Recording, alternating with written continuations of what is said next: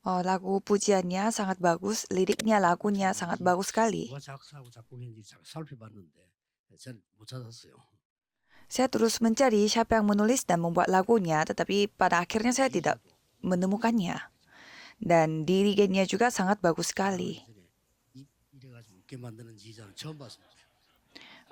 Dengan mulut seperti gini, dirigennya membuat yang lain tersenyum dulu sebelum memuji.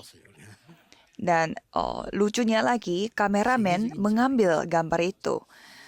Jadi itu adalah pujian yang sangat mendunia. Saya melihat jemaat gereja Injil di tempat ini, mereka semua diusir karena terlalu banyak tamu. Ya, bukan diusir juga, tetapi mereka sedang berdiri di berbagai tempat masing-masing. Jadi hari ini mari kita membahas beberapa hal yang penting. Ada orang yang tidak melakukan apa-apa, tetapi dia mendapatkan jawaban terbesar di dalam Alkitab. Dia seorang pebisnis, tapi tidak ada yang dia lakukan.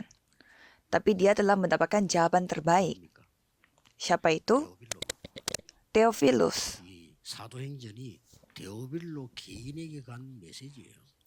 Kitab Kisah Para Rasul ini adalah sebuah pesan yang disampaikan kepada Theophilus. Dan Kisah Para Rasul ini sampai sekarang berkarya.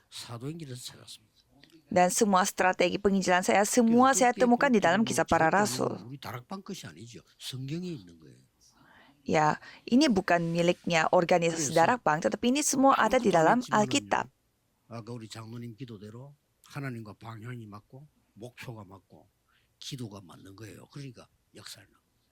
Walaupun tidak dilakukan apa-apa, tetapi seperti apa yang didoakan oleh penatua tadi, karena satu arah dengan Tuhan, satu tujuan dengan Tuhan, sehingga Tuhan berkarya. Jadi mari kita melihat amanat sumber bagi majelis pebisnis. Jika ini cocok, berarti tidak melakukan apapun akan menerima jawaban. Tapi kalau tidak cocok, walaupun berusaha apapun tidak bisa. Banyak orang yang begitu berusaha tetapi tidak menerima jawaban. Kita berusaha atau tidak, itu kita harus pakai standar Tuhan Allah, tidak membutuhkan tolak ukur manusia. Bagaimana pebisnis pada jemaat mula-mula dipakai oleh Tuhan begitu luar biasa. Coba kita melihat baik-baik.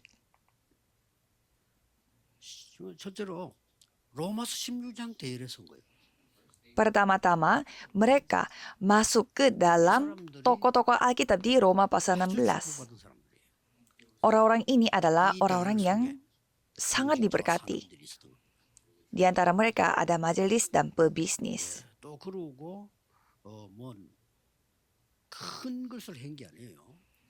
Dan tidak dilakukan suatu hal yang besar.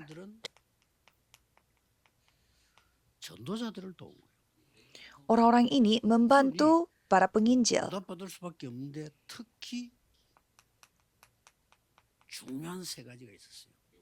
Ya, maka wajar mereka menerima jawaban, tetapi ada 3 hal yang sangat penting.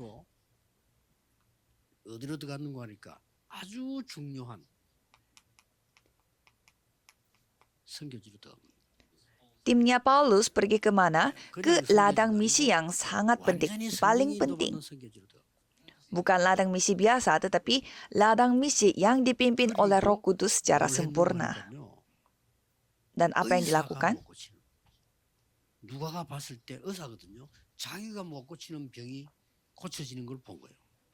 Lukas adalah seorang dokter dan dia melihat bagaimana penyakit yang tidak bisa disembuhkan oleh dokter itu disembuhkan oleh mereka.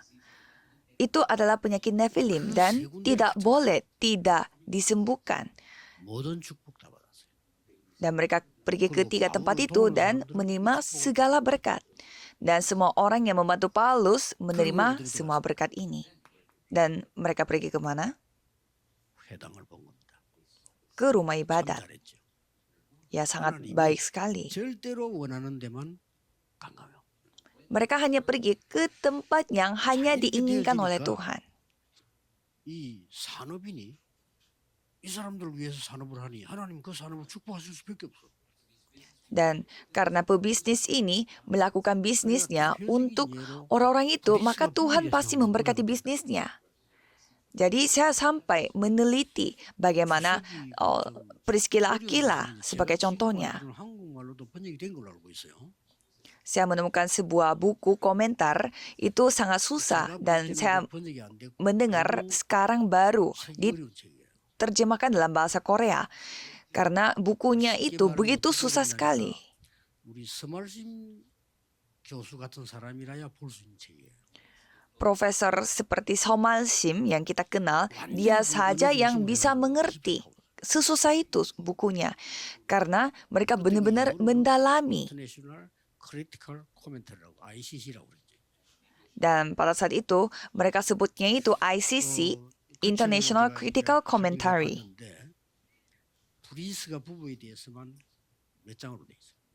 Jadi saya memeriksa buku komentar itu dan mereka membahas tentang Priscilla Aquila itu aja beberapa halaman dan sangat luar biasa isinya.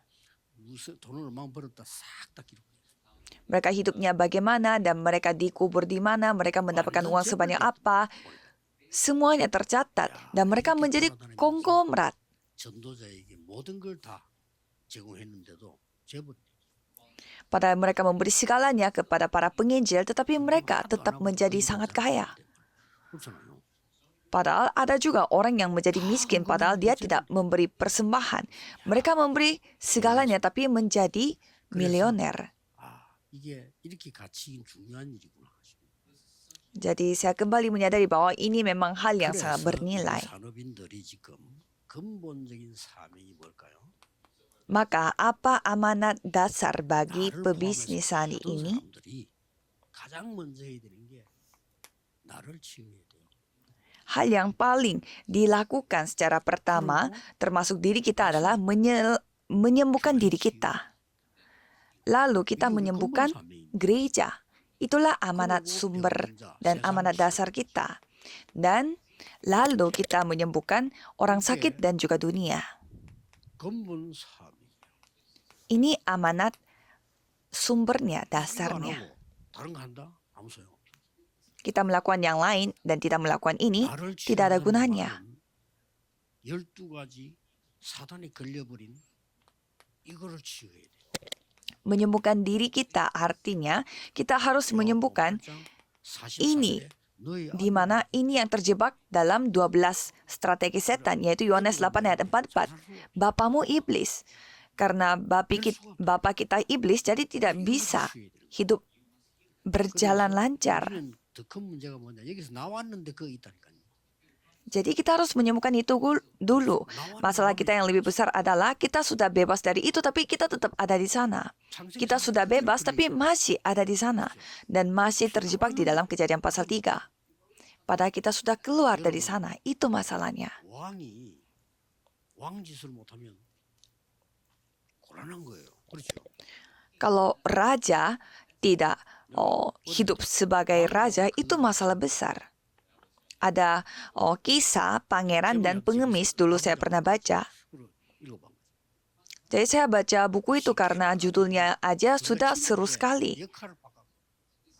Jadi dua orang itu teman dan satu hari mereka bertukar peran mereka. 이 집 와서 거지할게. Kamu menjadi pangeran aja, aku yang akan menjadi pengemis. Kita bertukar tempat kita, posisi kita. 안 맞아가. Dan mereka menderita sampai mati karena mereka tidak cocok. 이리 오너라 하니까 미친다고 막 패는 거예요. Dan pangeran ini dia pulang rumah dan minta ini dan minta itu dan dia dipukul-pukul. 다 돌아온 줄 아는 거예요. 그죠? Dan pengemis masuk ke dalam istana dan dia melakukan seperti pengemis sehingga semua orang mengira pangerannya itu gila. 여기가 자꾸 Saudara harus paham maksudnya di sini. Jangan sampai saudara diperbudak oleh Yohanes 8 ayat 44, ya kan? Tapi kebanyakan orang terjebak dalam ini, makanya tidak bisa. Dan mereka tidak tahu juga mengapa tidak bisa. Jangan sampai kita jatuh dalam ini. 그러고 뭡니까? Lalu 그때부터 apa lagi? 내 생각, 마음이 치유가 돼. Mulai saat itu, pikiran kita, hati kita mulai disembuhkan. Ya, dan memang harus disembuhkan, itu segalanya. 너희 마음과 생각을 지키시라. Tuhan menjaga hati dan pikiran 그러고 난 kamu. 뒤에 우리 육신 치유. Dan setelah itu, kita menyembuhkan secara fisik. Sebenarnya penyembuhan fisik ini mengikutinya. 육신 치유 안 되겠습니까? 되죠.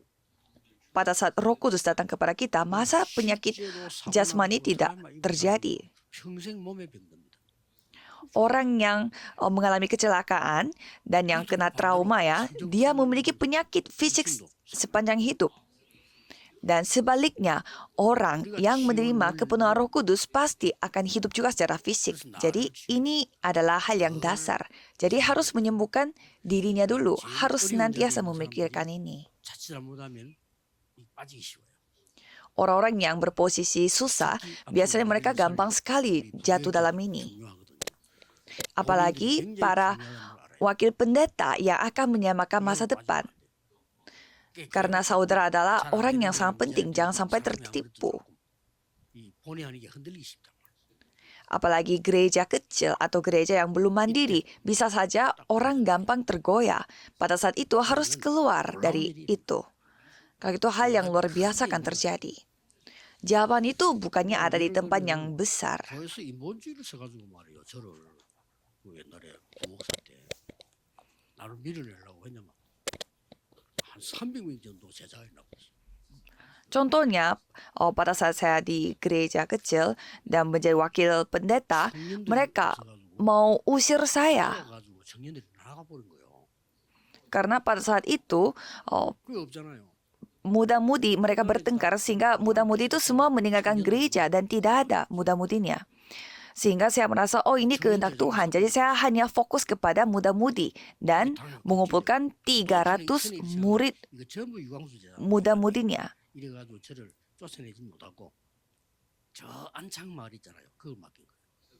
Dan pada saat itu di pihak gereja mereka takut sama saya karena takut saya membawa anak-anak ini keluar gereja sehingga saya diusir ke suatu daerah di mana tidak ada orang yang di sana. 내일 이런 데 보내지.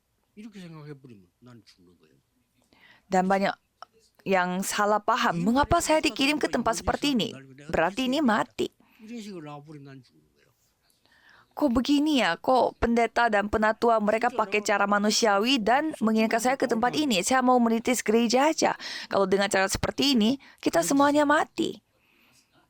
Kalau saya menitis gereja, kan mereka semuanya bakal datang. Jangan sampai kita seperti begini, pasti ada rencana Tuhan. Dan saya menerima jawaban terbesar. 하든 안 하든 여기에 마음과 기도가 있어야 돼요. Dan saudara melakukan atau tidak, harus menaruh pikiran dan hati saudara pada ini. Karena gereja harus memiliki 3 pelataran. Saudara berdoa untuk ini saja akan diberkati. Dan generasi pun kita harus mendidik mereka pada era hari Jumat 1 Minggu. Dan kita harus membuat mereka supaya generasi berikutnya dapat berdoa. 그러니까 착각해 버리고 Bagaimana caranya mereka bisa menang kalau tidak bisa berdoa? Karena mereka tidak berdoa sehingga mereka suka salah paham. 남을 수가 없어요.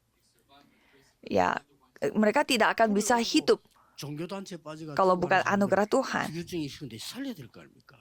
Dan banyak orang-orang yang sedang mati secara rohani karena mereka jatuh dalam hidup beragama, kan kita harus menyelamatkan mereka. 기도 가르치고 너무 중요한 시간표를 가졌더라고요. Saya mendapatkan laporan pada hari ini, orang-orang yang melakukan pelayanan anak-anak dan mereka memiliki waktu yang sangat penting. 강조할 필요는 없습니다만 과학적인 설명이 필요해요. Jadi pada saat kita menjelaskan itu kepada anak-anak, ya jangan terlalu menegaskan ini, tapi kita harus menjelaskannya juga secara sains. 어떻게 변하는가? Jadi jangan hanya menyuruh ayo berdoa, tetapi harus menjelaskan pada saat kita berdoa apa yang terjadi di dalam otak kita. 이런 문제 때문에 Kalau kita menunjukkan hal itu, walaupun anak itu, walaupun bodoh sekali, dia pasti paham. Oh begini doanya. Maka mereka mulai memahami. Oh jadi itulah doa 777 sambil bernafas. 모든 병을 고칠 수 있다 이런 생각 들더라고요. Kalau sekarang di YouTube juga banyak video yang mengatakan bahwa kalau kita bernafas dengan baik, kita bisa menyembuhkan semua penyakit. 숨을 평소에 잘 마시고 있어요. Apalagi saudara yang kena penyakit, itu artinya saudara salah bernafas. Jadi kita harus membuka era saat teduh dan mengajarkan ini. Dan secara nyata ada hasilnya. 이걸 해결해. Tidak bisa mengajarkan ini di tempat lain. Itu yang kita telah selesaikan. 여러분 잘 아시는 부분이죠. 이렇게 Ini bagian yang saudara sudah ketahui dengan baik. Jadi seperti ini cara penyembuhannya. Dan Tuhan pasti berkarya. 마음이 이쪽으로 쏠려.